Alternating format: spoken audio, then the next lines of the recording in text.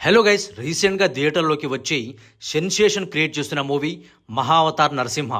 దాదాపు 15 నుంచి 20 కోట్ల బడ్జెట్తో వచ్చిన ఈ మూవీ 100 కోట్ల కలెక్షన్స్కి దగ్గరవుతుంది. యానిమేటెడ్ సినిమా అయినా అందరికీ తెలిసిన స్టోరీనే విజువల్ వండర్గా తీసి మాయ చేశారు. థియేటర్స్లో చూస్తున్నప్పుడు ఆ సౌండ్స్కి, ఆ విజువల్స్కి, ఆ మ్యూజిక్కి వచ్చిన గూస్ బంప్స్ వేరే లెవెల్ అని చెప్పాలి. అసలు అంతలా థియేటర్స్ని షేక్ చేస్తున్న ఈ మూవీ ప్లాట్ ఏంటంటే, రాక్షసుడైన హిరణ్యకశిపుడు బ్రహ్మ దగ్గర నుంచి తనకు చావే రాని వరాన్ని తీసుకుంటాడు. అప్పటి నుంచి అనంతలోకాల్ని తన సొంతం చేసుకుంటూ తనకు తానే దేవుడిగా ప్రకటించుకుంటూ విష్ణువు మీద పగతో రగిలిపోతాడు.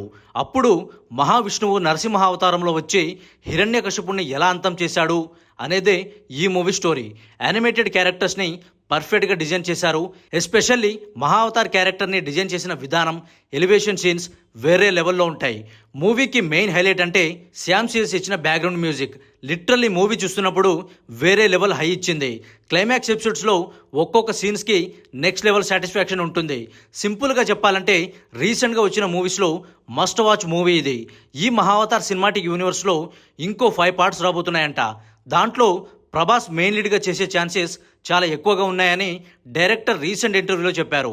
హొంబాళే ఫిల్మ్స్ నుంచి వచ్చిన ఈ విజువల్ జమ్ని అస్సలు మిస్ అవ్వకండి. మీ దగ్గరలో ఉన్న థియేటర్స్లో తెలుగులోనే ఈ మూవీని చూసి ఎంజాయ్ చేయండి. ఆల్రెడీ చూసిన వాళ్ళు మీ ఎక్స్పీరియన్స్ని షేర్ చేయండి. ఈ వీడియో మీకు నచ్చితే లైక్ అండ్ షేర్ చేయండి. మన ఛానల్ని సబ్స్క్రైబ్ చేసుకోండి.